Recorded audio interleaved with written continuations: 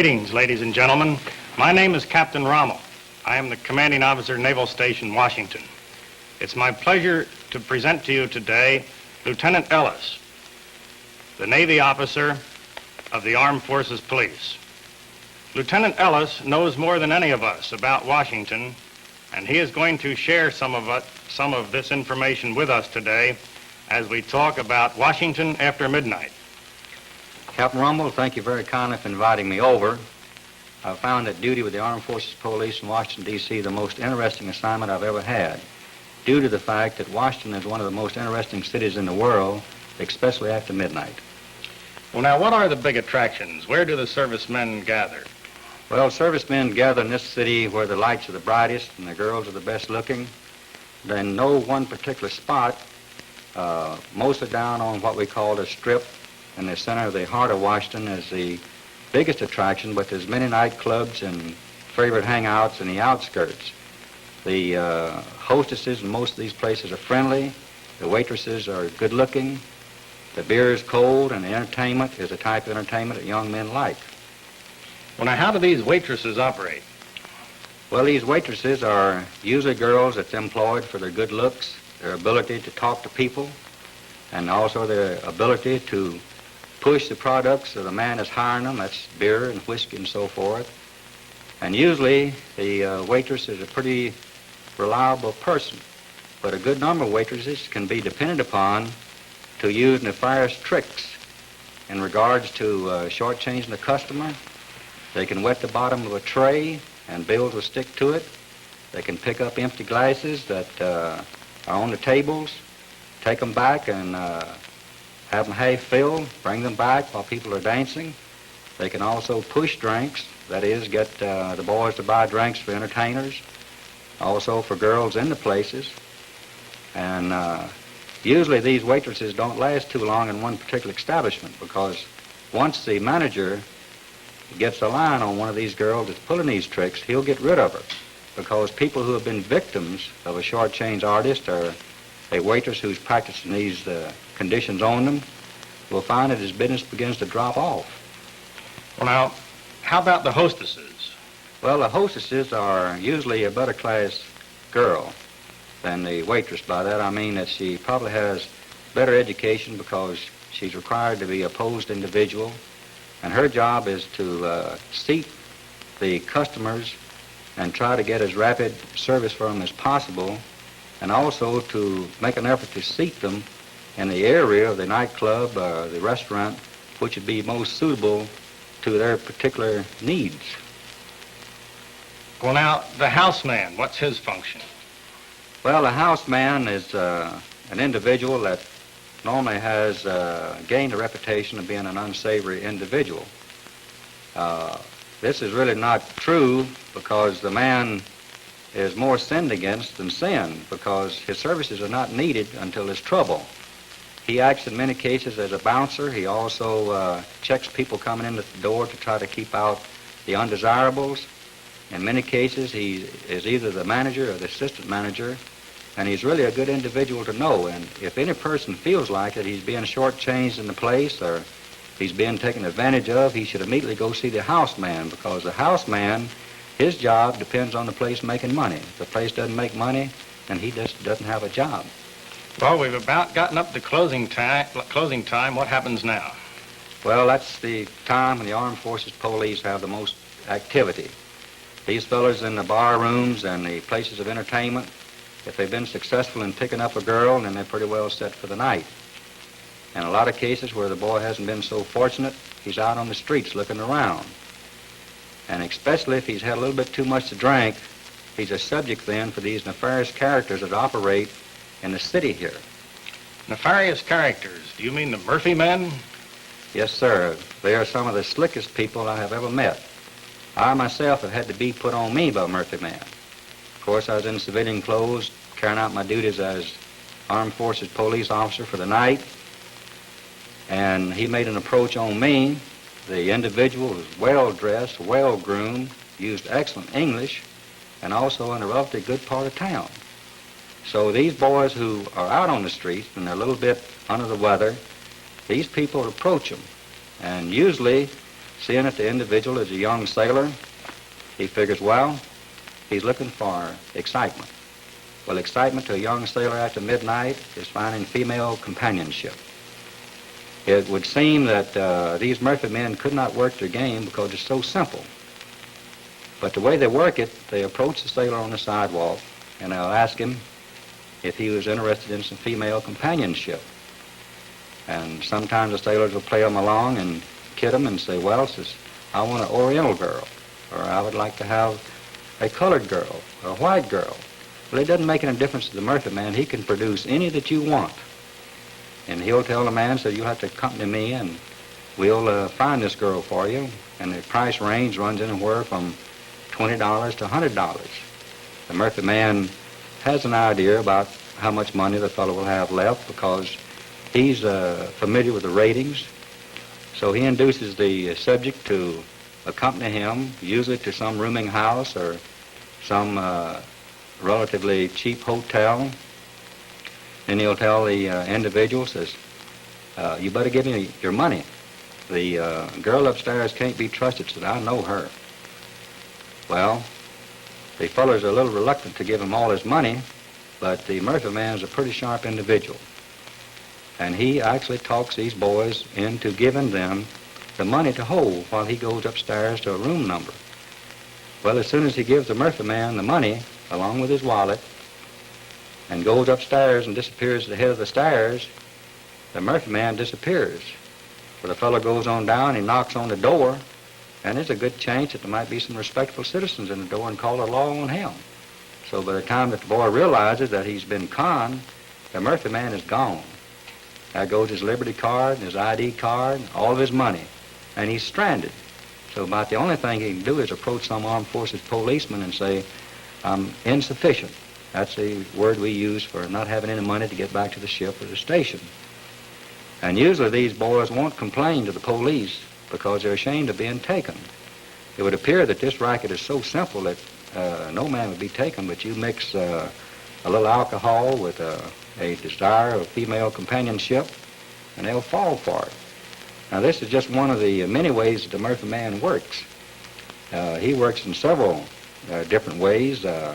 We have them as well-dressed. We have them as dressed as laborers, and we have them who are white and colored. And I know of one over town that is an Oriental. And these people are very skillful. And they not only prey on servicemen, but they prey on all kind of visitors that come to the city. And a good Murphy man will make anywhere from $20 to $100 to $150 a night. We just had a case here the other day where he picked up $1,100 in one night. The individual that's concerned has made a positive identification of the man and has told the district attorney that he will go to court and identify him. And I would suggest that these boys who are victims of the Murphy man have enough moral courage to go to the police and attempt to identify these people and get them off the streets. Of course, I would suggest that maybe they not express the interest in the girls to begin with. You mentioned loss of ID cards. ID cards being lost bother me because they can turn up in the hands of enemy agents, and they can also be used by unscrupulous people to use our Navy exchange benefits. So tell us about pickpockets, because that's another way we can lose ID cards as well as money. Well, Captain, it's amazing how slick these pickpockets are. They use many methods in relieving a person of his wallet. These young sailors come ashore. You see them very often with the wallet hanging out the front of their pants. And there's one night over here on the square, I had the armed forces policeman go to a young sailor and tell him he ought to put his wallet inside of his pocket. And of course, this boy is a young-looking farm boy, husky. He said, I'd like to see the man try to take my wallet. Well, I can sum it up nice and easy. A couple hours later, he had been relieved of his wallet. Now, these people are skilled at reaching inside of coat pockets in crowded buses or bus terminals or restaurants. They can slit the pocket with a razor blade and relieve them of the wallet.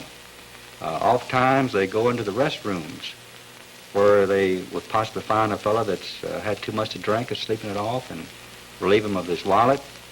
And normally, they will only carry the wallet far enough to be able to take the money out and throw the rest of it in the trash can. So a few of them do turn up. But these individuals have the ability to fit into a crowd, and they're very hard to detect, and they strike and they're gone, and they usually have been gone several minutes before a person misses his wallet, and they not only relieve people of wallets, we've had boys over here that's been actually relieved of watches on their arms.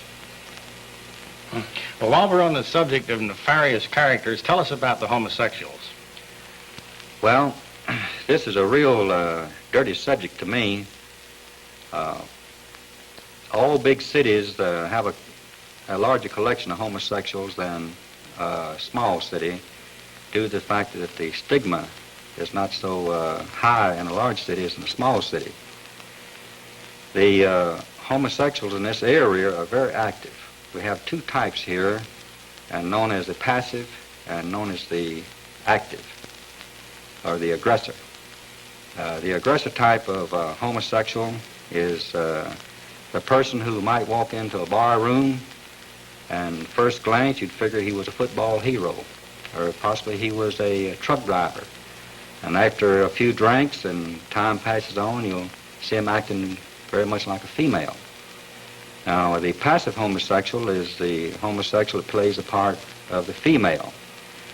Now, the bad thing about this situation, this area here, we have many absentees, that's AWOLs and deserters, who actually come into the city here, and they are somehow or other picked up by these homosexuals and turn themselves into male prostitutes for money to be able to live on and stay out of the hands of the military and the police.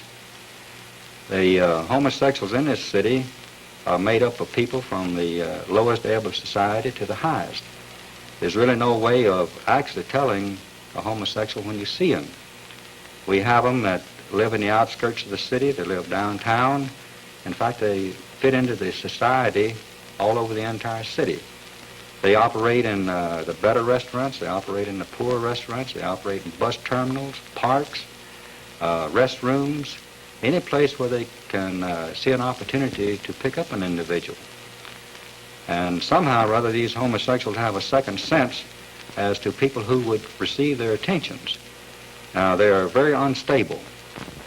They are inclined to be extremely jealous. They will inflict bodily harm on their lover. They run more or less in cliques. We have numbers of instances over here where they live together. 6, 7, 8 of them will live in one apartment or one house. One person will be more or less in charge of the entire house. And they have certain nights of the week when they will share their male lovers. Other nights of the week that they clearly, what you might say, a one-man homosexual. Over here, they actually go through a marriage ceremony. They have a ceremony to go through with. Some of them will cut a little place on the arm and rub the blood together, and they live together as man and wife. Oftentimes, the one that's playing the part of the wife will dress up in female's clothes. And the some that I have seen that, had I not known that they were males, I would never dream that they were males. These individuals hold positions all over the city. A lot of them hold positions of trust in various companies and so on. They're jealous of their reputation, and they're open to blackmail. And any individual that has anything to do with them is treading on very thin ice, because association is dangerous for the contamination effect of it. These individuals have no honor. I haven't found any honor among any of them. And any time that they think that they can induce what we call a straight person to become a homosexual, they'll work on him. And they will also team up on an individual. And these young boys that come into the city, straight from the farms and small villages, they feel that possibly when they put on a uniform, they suddenly become a man of the world. Well, he's just a babe in the woods. These people pick him up and they use gifts. I've known some of them over here to actually supply their subjects with an automobile. They'll buy them better clothes. They'll take them out to the better restaurants, entertain them, just as if he was entertaining a female. And with enough alcohol, and also with the situation right, then most anything can happen. And that is one of the real big problems that we have here, is the fact that the AOLs and the deserters come into the city. They have no means of making a living. These individuals pick them up, they contaminate them, and then we have a person who has to be discharged from service. Well, I'm supposed to ask the questions, but I can't resist making a comment about these homosexuals.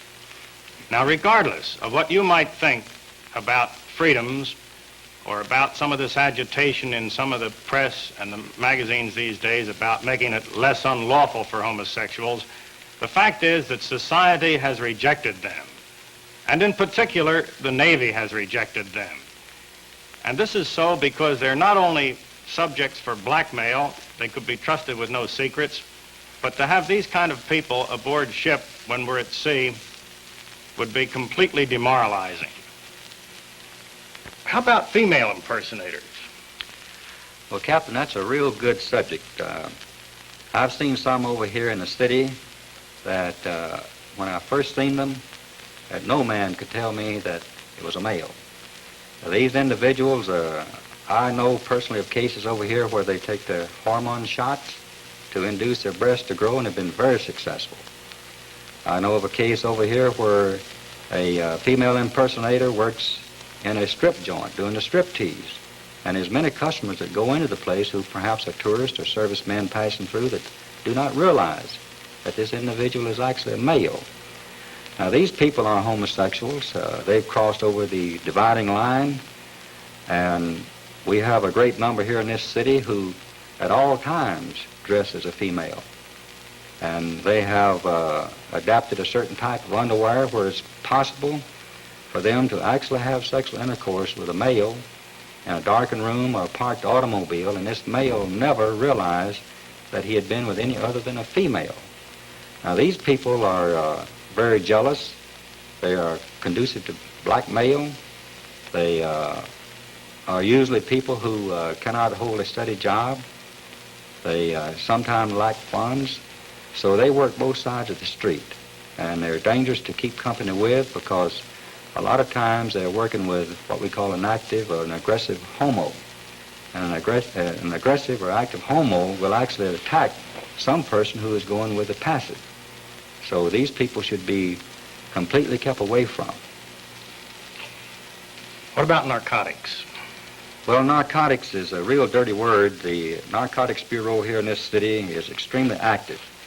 They work constantly trying to keep the drugs off the market. They have been relatively successful, but it's possible here to get any type of drug that you want if you have the money. The supply right now is in short, and the price is up a little bit.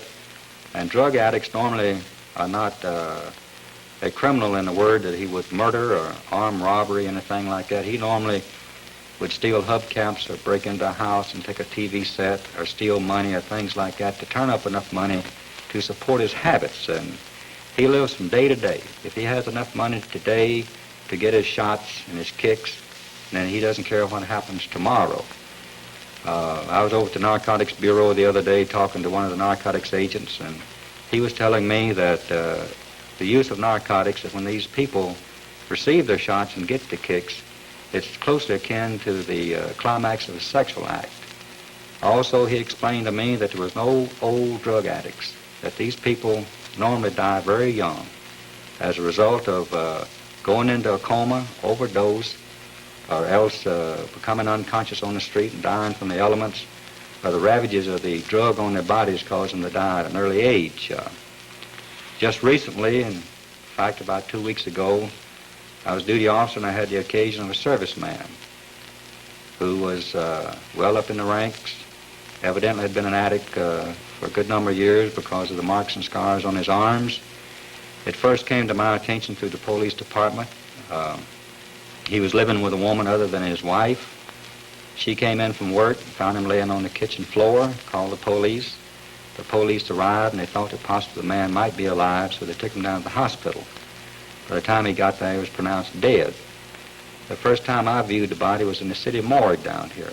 And I went down to the morgue to make the identifications.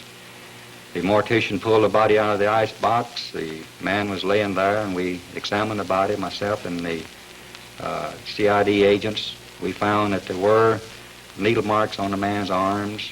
The evidence that had been picked up in the kitchen was an eyedropper, a spoon that had been used to heat the drugs, and also the hypodermic needle that was used to inject the drug into the arm. At the present time, we haven't received the formal report of the autopsy, but they still believe that he had an overdose. The person that he was living with said that she knew he was an addict and that had been using it for quite some time. The situation on the use of drugs is bad because young boys feel that it's something to try, something new. Now, marijuana is not too hard to get in this city. We find it from time to time, and the bad part about it, it causes hallucinations and also blackouts. And during the blackouts and the hallucinations, men have been known to do violent crimes. Now, morphine and heroin and opium are drugs of a different type, and they usually send the individual. And we have the individual that is called a mainliner. He's a person who no longer takes the drug into the muscles. He takes it into the bloodstream because he has taken so much that muscular injections no longer do him any good, so he goes mainline. And after he's mainline, then it's not too long until he probably takes an overdose or he gets an infection. I've seen some pictures up here in the Narcotics Bureau of persons who their entire body is one running sore from infections from needles that are not clean, and also from skinning themselves up under the influence of drugs. I would say that the most dangerous thing under the sun for a man to do is to experiment with any kind of dope, drugs, pep pills, or anything else. The pep pills in this area here are used by people trying to make long trips, and students and kids just trying to get a kick. They can be usually picked up for $1 or so for enough to last them for a weekend or possibly for a week. And they're dangerous because they will give a person a feeling that he's in control of all his facilities, and he's not. And I feel strongly that a lot of these automobile accidents that we have are the results of pep pills. The people lose their depth perception. They think that they're reacting faster than they are. We've had our traffic accident investigator many times say that it would appear that the skid marks, that the person surely should have seen the other car much sooner than he did from the length of the skid marks, which would indicate that the person's reactions were too slow to get his feet on the brake pedal. So I would strongly recommend that people absolutely stay away from these sleep inducers and any kind of pep pills. I'm glad I don't have your job, Lieutenant Ellis. I would hope that this interview will result in a little less business for you. One final question. How about the whorehouses? Well, Captain, they have a tough time in this area. The freelancers are just about to put them out of business. I know of no real red light houses, as we call them. The girls that I know of are more or less a streetwalker or call girl. They cause very little trouble because they normally will go ahead and go through with a bargain. The moral squad here keeps it pretty well in control. The real danger in fooling with these people is VD. This area has one of the highest rates of VD in the entire country.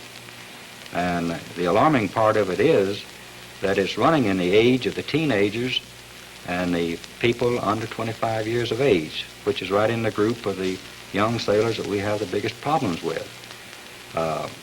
These girls, unfortunately, get infected. And, of course, you know in a female that sometimes she goes for a long time and doesn't realize that she is infected. Well, chances are that when she does realize, she's short of money. Maybe she's afraid to go to a doctor for fear that he'll turn her into the health department, which they are required to do. So fooling with any kind of a loose woman is just inviting trouble. And as far as houses of prostitution are concerned, I don't know of any particular house or any particular area. The prostitute has a tough time here in Washington because there are so many unattached girls. Thank you. Now, can you sum it all up for us? Well, Captain, I would sum up the whole thing as that this area has some of the best liberty to offer of any place in the world, and I have been all over the world. I would say that any young man who keeps his wits about him, spends his money wisely, takes care of his company, will have one of the best tours of duty that the Navy has to offer in this area. And I also would suggest that any person who goes ashore over here to look into the possibilities of the good theaters, the USO, if you want to go out to the nightclubs and so forth, go to them. But drink in moderation. Take care of your money and take care of yourself, and then there'll be no regrets the morning after. Thank you, Lieutenant Ellis, for bringing us this picture of Washington after midnight. Ladies and gentlemen, the town is yours. Enjoy it and behave yourself.